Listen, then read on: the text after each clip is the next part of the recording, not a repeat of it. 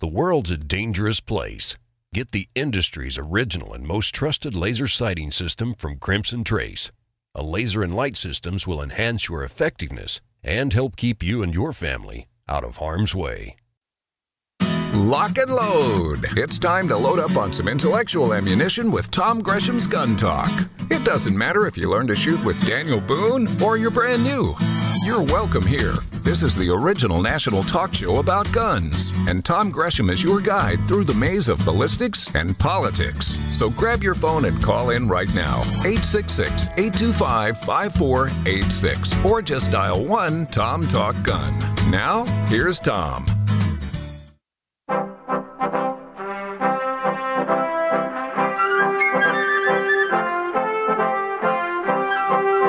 Today, on this Memorial Day weekend edition of Gun Talk, Stephen Hunter, a master of the thriller novel, tells how guns are featured in his latest book. Tom takes reloading to the gun geek stage. And NFL legend Matt Light announces rare guns being auctioned off for his children's charity. All that plus your calls at 866-TALK-GUN. Now, here's Tom. Alrighty, welcome again to Gun Talk. Tom Gresham here, and yes, Memorial Day weekend. All you can do is say thank you for those who have served. Special thanks, of course, for those who gave their all. You know, once again, just thank a veteran, say hello. We appreciate it. We understand as much as we can. If you've not served, if you've not been in combat, you can't really understand. The saying I heard is they said, you know, if you've been there, we don't have to explain it to you, and if you haven't, we can't. I get that. So just a big thanks to all of you. A lot of things going on. We're going to be talking about a whole bunch of different things. Of course, we have the news coming out of California, the latest shooting, stabbing, and driving over people with cars, which, of course, equates to it's the NRA's fault. Yep. But you could expect that to kick off the latest firestorm of calls for, we must do something. Well, what happened? Oh, yeah, the guy, when people showed up with guns, he killed himself. Gee. There's some consistency in that. We'll also be talking with Matt Light, former NFLer, who announcing a really cool gun auction of some neat stuff to raise money for children's camps, and pretty exciting stuff there. But first off, it is a true pleasure to welcome again to the show Stephen Hunter, master novelist, more than 20 novels right now, with his latest one called Sniper's Honor. Hey, Steve, how you doing? Very well, Tom. How are you, my friend? I am doing great. I got to tell you, I had one of those, you know how you have these weird things happen and two completely unconnected things suddenly connect for you? Absolutely.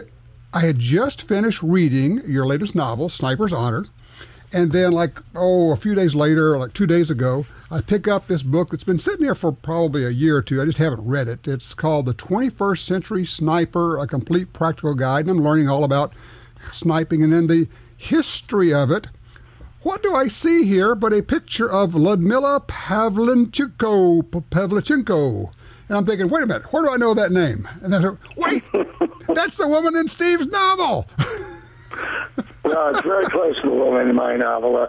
Absolutely stunning woman who, both in the book and in reality, was able to bring war to the people who had invaded her country in a very personal and intimate way. She was, as you described, and you changed her name slightly, but, I mean, she was absolutely we're talking like fashion model kind of beauty, but also I'm reading here, at one point she's speaking in Chicago, and she says, I'm 22 years old, and I have already destroyed 309 enemy soldiers who have invaded my country. Now, that's an interesting combination. That's a woman for you. That's the kind of person you want on your side when the shooting starts. Holy cow. Well, how did you learn about her, and how did you decide to incorporate this Soviet sniper story into your novel? Well, I thought of heroes with guns, and I love to write about strong women, strong men with guns, but I'd never written about a strong woman with a gun, and I realized that if I wanted to do that, the only historical precedent was the Soviet female snipers in World War II who did extraordinary damage and were extraordinarily brave, and also took extraordinary high casualties among themselves.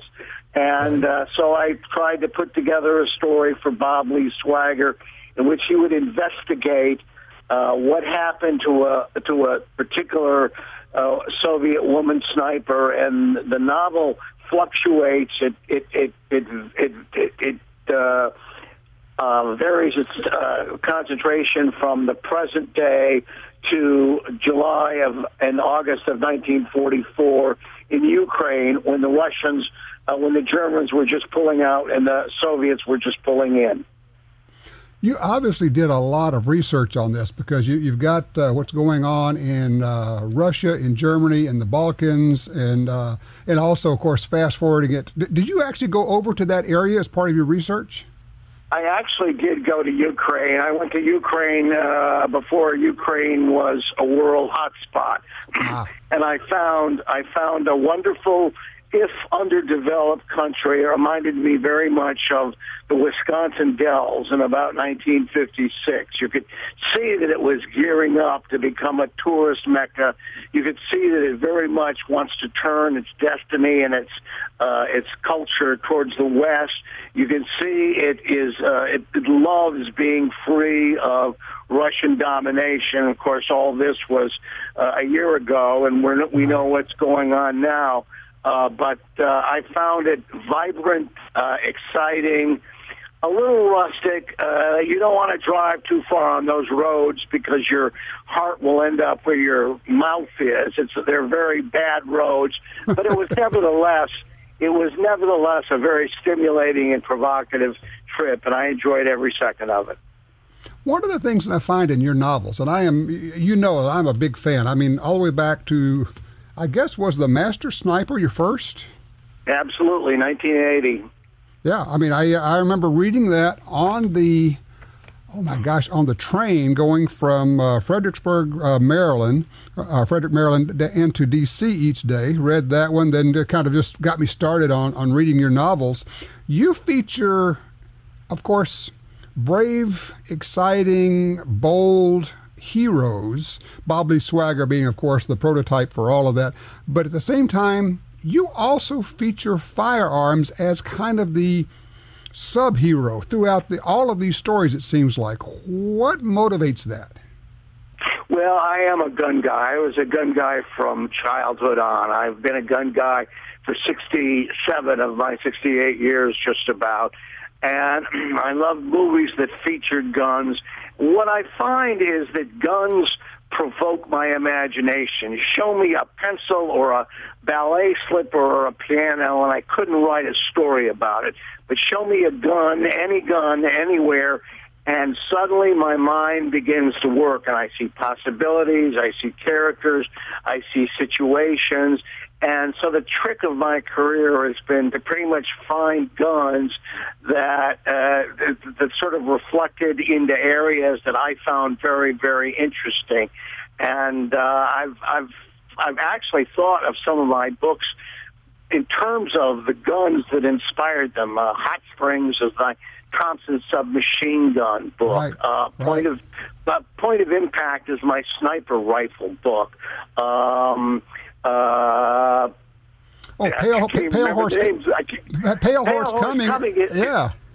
It's my revolver book. I love revolvers, those beautiful old Smith & Colt pre-war revolvers. Right. They were such masterpieces, and I own quite a few of them. And, I just, when I see a gun, I think of a story in which it plays a part. And then the trick is to try and be fair and accurate and honest about what the gun is capable of. I think one of the other things I was reacting to is I hated the movies where the guy draws a Smith & Wesson 38 snub nose and shoots from the hip and someone falls out of a tree 200 yards away. Now, I don't like that kind of thing.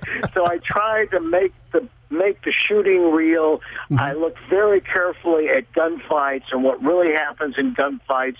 I tried to construct someone who was experienced, who knew how to win a gunfight, and I'm very proud of the fact that I I kind of stick to what might be called tactical reality within the context of the gunfight. And I hate these scenes where the guy runs 100 yards across an open field and 700 men with automatic weapons shoot at him, and you see the dirt puffs all around him, but he's miraculously unscathed, whereas in reality, he'd get about 7 feet before he's planted nose down.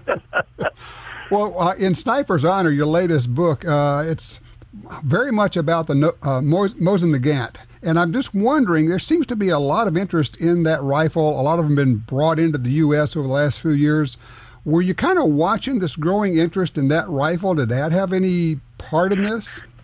I think I had the interest in the rifle before the upswing that you're talking about. I mean, again, and this is one of the great things about guns. That's a great thing about any kind of, essential art form, is that certain designs, certain paintings, certain poems, certain expressions of the imagination speak to you, whereas others don't. And I don't really understand what the psychology behind it is, but I know that even within the overall huge field of guns, there are 10, 15, 20 guns that are, to put it crudely, my favorites. And whenever I look at them, I get a really powerful charge of electricity, and I want to own them. I don't mean physically own them in the sense of holding them, having them in my gun safe, but own them psychologically. Have thought hard about them, have taken them apart, have felt them, have tried to understand their ergonomics, have tried to understand the forces in society, in industry, in design, in need that brought together and culminated in this design as opposed to all other designs. And that's, I think, what happened here. Well, it works very well. I love the way you blend the mechanical, the guns, the scopes, the older guns, the new guns, the people, the modern people. The history. I got to say, it's one of your better efforts. I really like it. And of course, and I like all your works. The novel is called Sniper's Honor. It's out right now, isn't it? Absolutely. It was published May 20th. It's in every bookstore, and it's all over Amazon. Okay, and if you go to guntalk.com, they've got it listed on one of Tom's picks, so you can pick it up there too. Stephen, thank you so much. I really appreciate it, and I love what you do. Do not stop. Keep writing these novels for us, okay? I'm going to write until I die, Tom. I promise you that.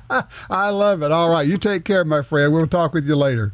All right, 866-TALK-GUN will get you in there. You can call. You can actually be first in line. Call right now, 866-TALK-GUN. Be right back. You already know Liberty safes are great values. Now they're offering an even sweeter deal for Gun Talk listeners. At LibertySafe.com, click on the Fat Boy safe and type in Tom. Liberty will give you up to $250 off your purchase. Protect the things you value most. LibertySafe.com, click the Fat Boy safe, promo code Tom, save up to $250. That's LibertySafe.com. LibertySafe.com. Hi, this is Doug Koenig, professional shooter and winner of over 60 national and world championships. If you shoot an AR, you need to be running the new Sharps Reliabolt. This bolt is amazing. The Reliabolt was fired 7,500 consecutive times by an independent test facility, jam-free. If you need the peace of mind and safety of not worrying about a jam, then buy the Sharps Reliabolt. Sharps Reliabolt is available at srcarms.com and tell them Doug sent you. Brownells proudly celebrates 75 years of history and heritage as the world's first choice for firearms, accessories, ammunition, and gunsmithing tools. So whether you're a gunsmith in need of parts and supplies, a new shooter looking for the perfect holster, or a skilled competitor seeking the latest gear, Brownells has what you need. And best of all, every purchase comes with the industry's only forever satisfaction guarantee. Visit us at brownells.com. Hi, I'm Tom Gresham. For more than 40 years, I've been watching an environmental disaster in my backyard, and it actually impacts all sportsmen in America. I'm talking about the massive loss of land on the Louisiana coastline. The U.S. Geological Survey said the swamps and marshes of coastal Louisiana are among the nation's most fragile and valuable wetlands. That land is disappearing. The Mississippi River Delta hosts as many as 10 million ducks and geese every winter. These are birds which migrate northward through the states, all the way to Canada. The wetlands of the Delta support some of America's best fresh and saltwater fishing. And here's the deal. The wetlands of the Mississippi River Delta are disappearing at a rate of 1 football field every hour. 1 football field every hour. Gone. We can reconnect the river with its wetlands and restore the Delta, but we need your help. Please visit vanishingparadise.org. That's vanishingparadise.org. Tired of overpaying for one concealed carry holster after another that is flimsy, hard to hide, or just plain uncomfortable? At Alien Gear Holsters, less than $30 gets you a professional quality holster that's super stealthy and ultra comfortable. Every Alien Gear holster is backed by a forever warranty, a 30-day test drive, and free shell trades for life in case you buy a different gun. AlienGearHolsters.com. AlienGearHolsters.com.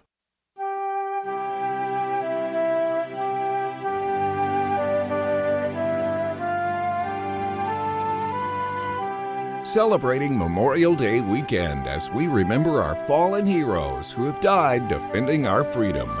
This is Gun Talk. All right, back with you here. Tom Gresham, 866-TALK-GUN will get you in here. A lot of things going on. Wondering what you've heard already in the wake of this mass killing, which is really what it is, mass killing out in California, not just shooting, because I guess this loser, and I will not speak his name, I'm so irritated at the media. They are creating the next monster, of course. They run this goofball's video, they say his name, they show his picture, make him famous, and the next guy who's teetering on the edge out there is thinking, ooh, I could be famous too. All I have to do is go on a rampage and kill people, and the media will make me a hero. Do they ever think of that? I mean, I'm not saying that they're responsible for it. I'm just saying that they have a role to play if they choose to be socially responsible. They could just simply cut off the spigot, not show his picture, not show his video, not say his name, which I will not do. He starts off, of course, by stabbing to death 3 people. He ran over at least 2 more, shot several. Oh, yeah, let's see.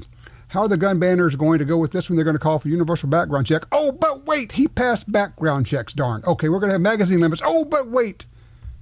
He had limited magazines. Everything they want was in place there. Or at least everything they currently say they want was in place there. We know they want more.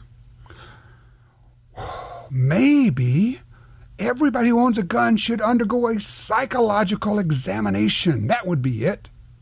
Now, if you are a psychiatrist or a doctor or a medical professional, are you the one who's going to say, yes, you're okay to own a gun, knowing that if, small possibility, small, but if something should happen, you could be, it could all wash back upon you? No, you're not going to do that.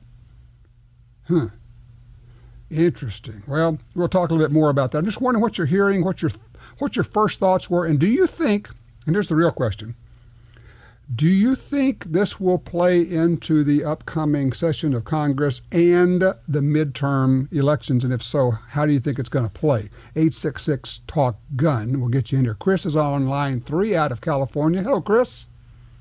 Hey, Tom, I just wanted to publicly thank Taurus. I'll give you a quick background. What had happened was I had a Taurus 608, and it broke. I sent it to Taurus. They told me they couldn't repair it. So, unfortunately, here in California, you cannot have the 608, or it wasn't on the list. So I asked them if I could upgrade to a 44, and the gentleman said, hold on a moment, let me check. He was back, Tom, in literally 2 minutes and said, yeah, what do you want? So I picked one of them, and unfortunately, that particular 44 was out of production. So I asked for the Raging Bull. He checked on it. Oh, yes, we have some of those. A few days later, the gun shows up, did the paperwork, and I have the gun. I just wanted to publicly thank Taurus because I know, here in California, Taurus could have easily said, well, no, you had a 357, you got to pick a 357. So they accommodated me quite well, and I wanted to just call and thank them. I know some people have a little issue with Taurus, but they sure satisfied this customer. Well, I appreciate that. You know, Chris, and I will just tell you frankly, Taurus had some real problems, and they are working real hard to come back from that. And I think they're doing a really good job. And talking with the president there about some of the things they're doing, and he's trying, he said, look, we're not going to go out and tell everybody what we're doing because we got some work to do. And he's real upfront about the whole deal. And so they're trying to work on it internally, you know, make good products and really ramp up customer service, which is where I think that they were short, frankly, in the past. And I'm just delighted to hear your report that, and you didn't have to go to a higher up, just the person you called on the phone took care of this for you, right? That is correct. Like I said, he when I asked him, he said, let me check. He was gone for literally 2 minutes, if that long, and came back and said, no, what do you want? We'll take care of you. And let me guess, the whole time you're thinking, I'm going to get the runaround, this is not going to go well. Basically, yes, because that's why I waited until I actually got it and did the paperwork. Now I have it in my hand, so yes, it is actually a reality. Well, that's great. Listen, Chris, thank you so much for that report. That is a great report. I just am delighted to hear this about Taurus and what's going on there. It is. I mean, even last week on the after show, we talked about this. Mossberg just took care of one of the people in our studio. He had a problem. They took care of it. I hear this all the time. People write me and say, you know, well, I had a problem with XYZ company or their product. I contacted them and just bang, like that. I had a new magazine. They said, send the gun back. We fixed it. I had a new gun. Whatever it was, whatever it took, they got it taken care of. It's indicative of what I find pretty much throughout the firearms industry. If you have a report of how the gun companies have taken care of you, I'd love to hear that. Let's talk to Amos on line 2. He's in Reno, Nevada. Hello, Amos. Yeah, hello there, Tom.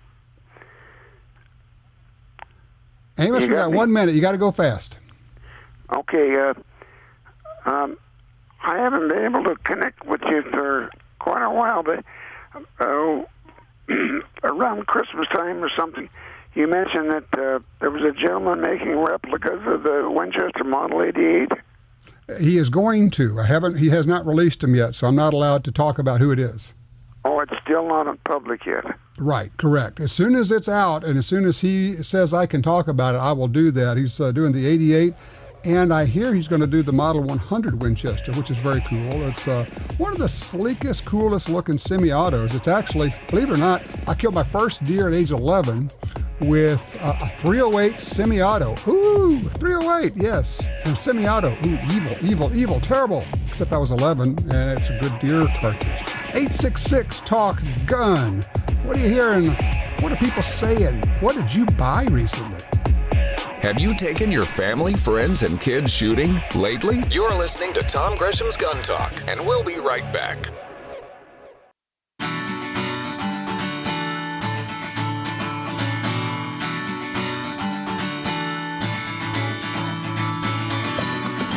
Want to be a guest on the show? Drop us a line at info@guntalk.com. You're listening to Gun Talk with Tom Gresham.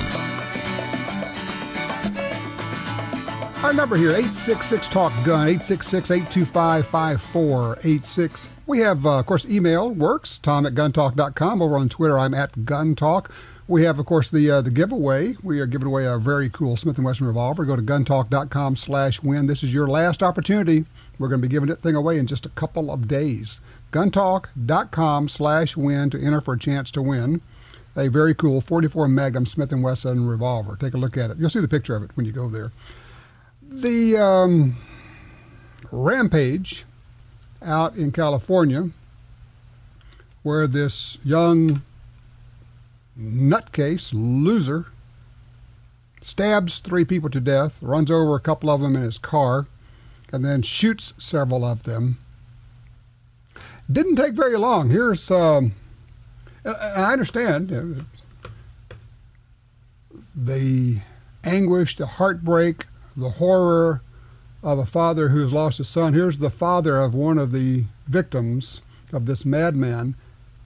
But you'll notice that he doesn't blame the shooter. He blames politicians and you. That is, if you're a member of the NRA, he says you're responsible for this. Why did Chris die? Chris died because of craven, irresponsible politicians and the NRA. They talk about gun rights. What about Chris's right to live? When will this insanity stop? There you go. And I think you have just figured out that that's where we are right now. This is going to be used as the launching platform for the next round of calls for more gun control, so-called fake universal background checks. Now, of course, this guy passed background checks, which is interesting in that the police have been called to his residence 3 times in the last year. There have been many reports of him having serious mental problems.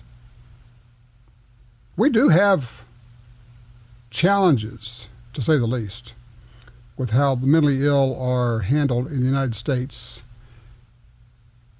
There were many changes made some years back where it's much harder these days. And maybe that's a good thing, I don't know. But it's much harder to take someone who is clearly having mental problems, as a number of people recognize in this young man, and get help for them. It's difficult if an adult doesn't want help to get help for them. There's a balancing act to be done here, of course, between individual rights, but at the same time, this is not a gun issue. This is not a gun rights issue. This is not... We're talking about somebody who went on a rampage and killed people by stabbing, injured a bunch of people running over them, and then ended up shooting them. And then how did it all end? Once again, how did it all end? People with guns showed up. That's how it ended. Once people with guns showed up, he shot himself. Again, same scenario. Oh, gee, wouldn't it have been okay if somebody with a gun had shown up earlier? Wouldn't it have been better if somebody with a gun, just a person, not necessarily a police officer, had been able to shoot this guy? I'm not sure, and this is where I end up on this thing, I'm not sure that you can prevent all of these. I know you can't. Okay, I know you can't. The number's gone down. The number of murders has gone down. The number of crimes committed with guns has gone down dramatically. The number of accidental gunshot deaths has gone down. The number of basically every category of bad thing that can happen with guns has gone down dramatically in the U.S. But you're never going to hit zero. You can't. Just a statistician can explain it to you, but you're never going to hit zero. Therefore, that leaves, it's interesting how people react to this. Some people say, well, because of this, we should pass laws. Because of this, we should have psychological tests for anybody who owns a gun. We should have universal background checks. We should have... And then some of us look at this and react completely differently. And we say, you know, this is just a reminder why each of us has to provide for our own protection. If you believe, as I do, that you can't get to zero and that the crazies are out there, and as small as that chance is that it's going to happen to you, it's still there. And there will be no one there to stop him for you. It's up to you to take care of yourself, to take care of your family. So for a lot of us, our reaction is completely different. It's 180 degrees from, well, we have to do something about guns. We react and say, I better do something to take care of myself. I'm going to get some more training. If you don't have a gun, I'm going to buy a gun and get some training. I'm going to get that carry permit I've talked about getting. I'm going to start carrying all the time. Fascinating, isn't it? The reactions, the different reactions you get from people. What's your reaction to this? Where do you come down on this? When you hear this, when you say, okay, this guy, somebody went out there and stabbed people to death, ran over some people with his car, and then shot some people. Do you react the same way I do? I'm thinking, boy, I got to make sure I'm always carrying because no one else is going to take care of me out there. 866-TALK-GUN will get you in here. That's our number. I'm Tom Gresham. You're headed somewhere your gun can't go. Leave it in the truck? Unsecured? Nope. Get a vehicle vault. Fits most trucks and SUVs. Installs in 10 minutes. Plate steel. Fast access. Visit CONSOLE-vault.com. No matter what gun you have, you want it to hit harder, shoot faster and flatter, and be more accurate. You get all that with the ammunition from Double Tap. Double Tap's experts select the best bullets, then load them to higher velocities while keeping safe pressures. Shoot small groups. Shoot farther. Use custom hunting loads in your handgun or rifle. Even fire 2 projectiles with 1 shot. DoubleTapAmmo.com. That's DoubleTapAmmo.com. In today's climate, you always need to be ready. Nothing will make you a more accurate or confident shooter than Crimson Trace laser sighting systems. Get the immediate, decisive advantage of the world's only grip-integrated laser sights. Shoot better. Stay safer. Call 800-442-2406 or visit crimsontrace.com for a free copy of our new laser training video, The Laser's Edge. In my world, there are no helpless victims. There is no weaker sex. In my world, pain comes from fear, and fear is not an option. But my world is just like yours. Only difference, how I choose to defend myself. Introducing the Carry-On series from Taurus, the ultimate collection of concealed carry firearms designed for discreet, reliable personal protection. Visit TaurusUSA.com to learn more. Carry on. When your front door gets kicked in, the gun in the bedroom may be too far away. A wall safe from Console Vault keeps your gun secure and out of sight, but ready. Visit CONSOLE-vault.com.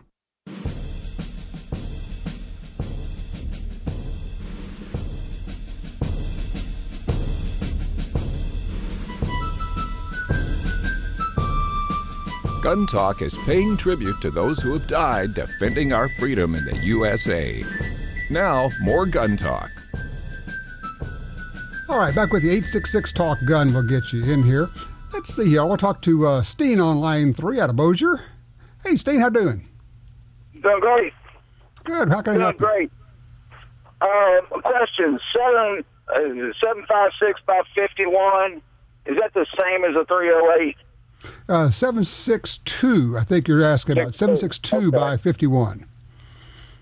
That is, in fact, the same as the 308. The 762 by 51 is the official NATO cartridge, and it is identical to the 308.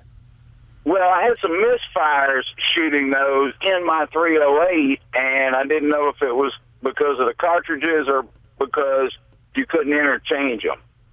Let me ask you, the ammo you're using, is it military ammo, 762 by 51?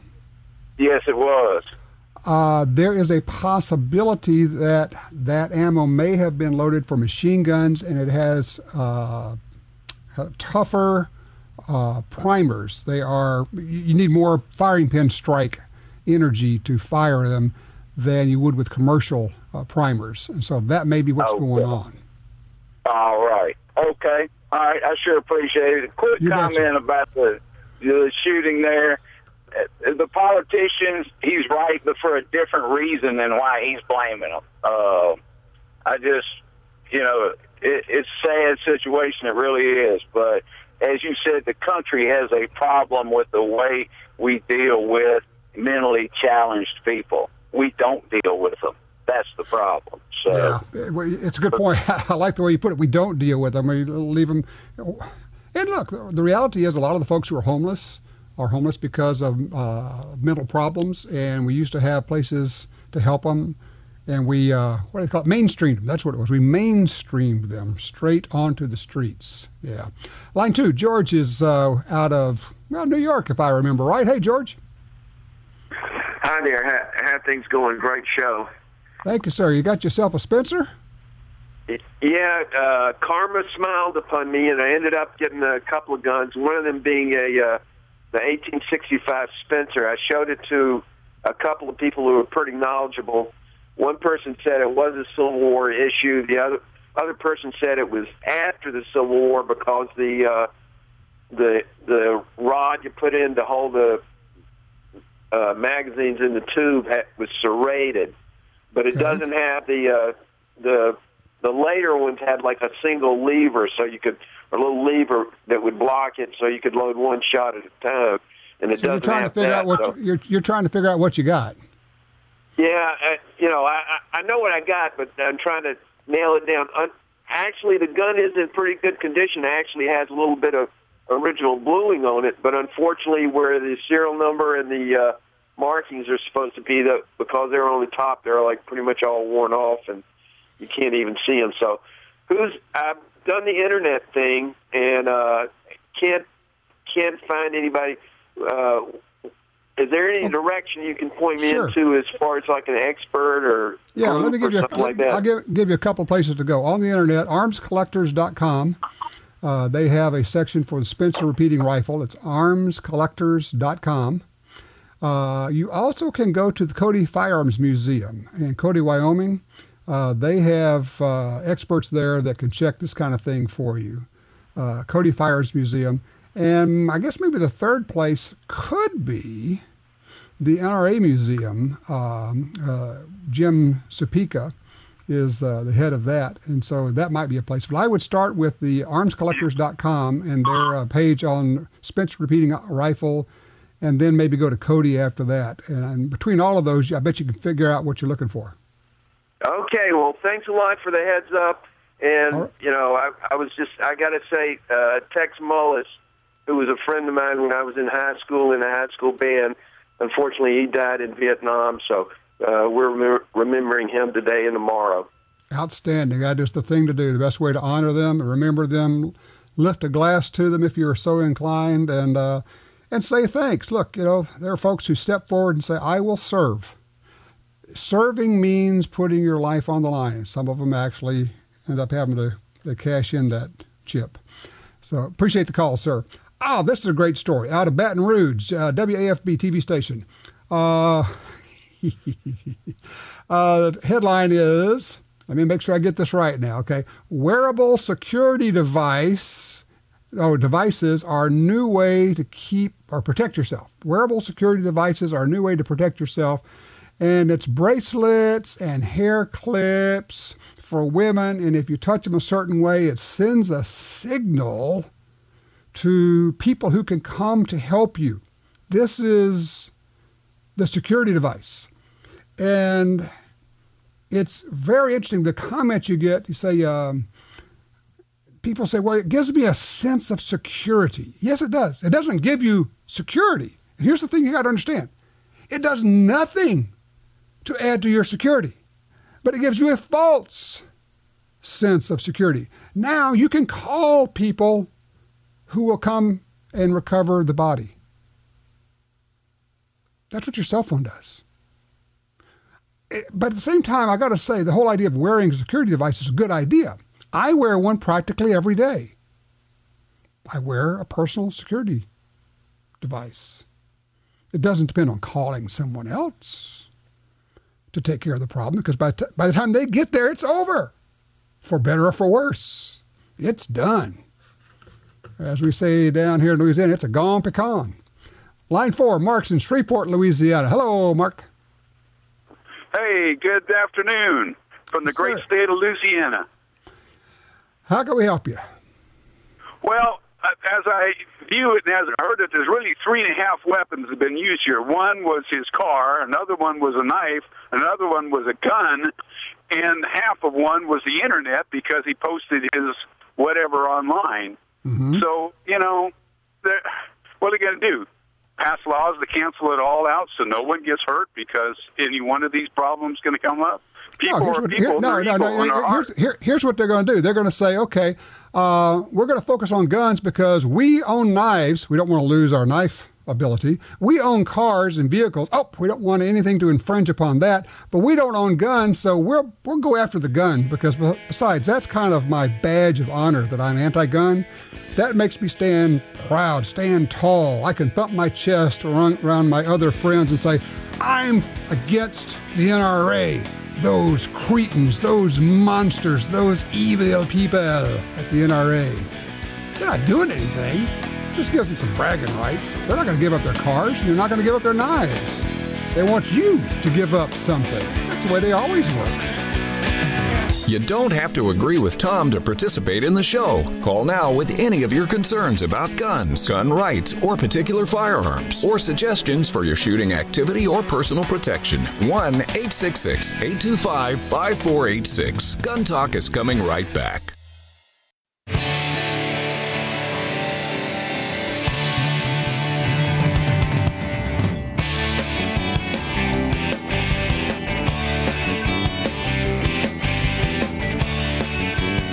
All right, 866-TALK-GUN will get you in here. I was just looking through a book. Actually, I've probably had this book for a year or so and finally picked it up. The one that the folks at Shooter's Bible sent to me. I wish I had picked it up earlier. Frankly, it's really good. And I'm going to have the author, Wayne Van Zwall, on. I got to call Wayne and get him on because this thing is good. It's called The Shooter's Bible Guide to Rifle Ballistics. Detailed information on how bullets fly, hitting at long distance, rifling pitch, wind deflection, ammo manufacture, calculating recoil, terminal ballistics, on and on and on. It is an A to Z from beginner to advanced guide on rifles, ballistics, reloading, cartridges, accuracy, on and on and on. It's called The Shooter's Bible Guide to Rifle Ballistics. If you have any interest in this kind of stuff, I would suggest you grab a copy of it. And then we're going to go ahead and make some arrangements. We've got to get Wayne on here to talk about it. Good book. Really like it. By the way, in about 10 minutes, we're going to be talking about reloading here. And if you are into accuracy or you want to be into accuracy, this is something you want to hear. It's pretty interesting. I think you're going to find a lot of interest here, a lot of things to chew on. Line one, Ethan is out of Louisiana. Speaking of accuracy, hey, Ethan. How's it going, Mr. Tom? Yeah, I have a problem with shooting accurately at, like, say, 20 yards during competition. Like, is there any trick to being able to shoot better when you're under pressure? Because I can hit the target just fine when I'm not having a buzzer or something behind me. Performance anxiety. What kind of, are you doing IDPA or IPSC? Is that what you're doing? Today I just finished the IPSC match, but it seems when I go out to Nick's and Kerrville, that's just pretty much static shooting with targets at varying distances. It's the farther out one because, like, half as much as I don't like it, but the bullet doesn't go near the paper. Okay, do you know where the bullet's hitting? We're talking handguns here, I take it. Yeah. Okay, where's the bullet going? Do you know? It's a Glock, so low left. Low left. It's not the Glock's problem. It's the shooter's problem. Okay. It's I know it's my fault. Like whenever the buzzer isn't there, I get a very tiny group. But for some reason, you add the buzzer, then it goes all over the place. All right. this one's going to be easy to fix. Actually, believe it or not. Do you have a timer of your own shot timer? I have a shot timer app on my phone that I can use. Yeah. Well, that's a start. You might want to consider getting your own timer, and they're pretty cheap. Use it when you practice. Always, always, always shoot from a timer so that you are conditioned to shoot with the beep. Don't try to go fast, though. Have the beep start your practice. Beep, smooth draw, smooth presentation, smooth where the eyes start to focus and really go hard focus on the front sight. And maybe it takes you 2 seconds to get the first shot off, but start with a buzzer every time. And just fire one shot. And then holster, start over. Beep, smooth grip, draw the pistol, 2 hands together, extend, and think to yourself, this is the thing that goes through your mind, over and over and over and over, say front sight, front sight, front sight, front sight, front sight, because that's what you look at. Smooth, smooth, smooth, slow, slow, slow, press, press, press, bang, it goes off, you're going to hit it. Then you just get a little bit faster, then a little bit faster. Remember, do not try to be fast. Try to be smooth. Fast is not fast. Smooth is fast. You can conquer this. Shoot well slowly because a quick miss doesn't accomplish anything. Slow down. Don't get performance anxiety and do all of your practice with a timer. And when you're home, if you're doing dry fire, use a timer. From this point forward, basically all of your practice should be with a timer so that that's the signal, that audible beep. That's what tells you now it's time to shoot. And if you're shooting accurately with the timer, when you go to competition, you'll shoot accurately there too. This is going to work for you. I'm glad you called. Thank you. Good luck with that. Let me know how it works out for you. All right, coming up, we're going to be talking reloading, how you can be a better shot through better ammunition that you can make yourself. No black helicopters here, just the facts about gun rights and gun ownership. This is Gun Talk.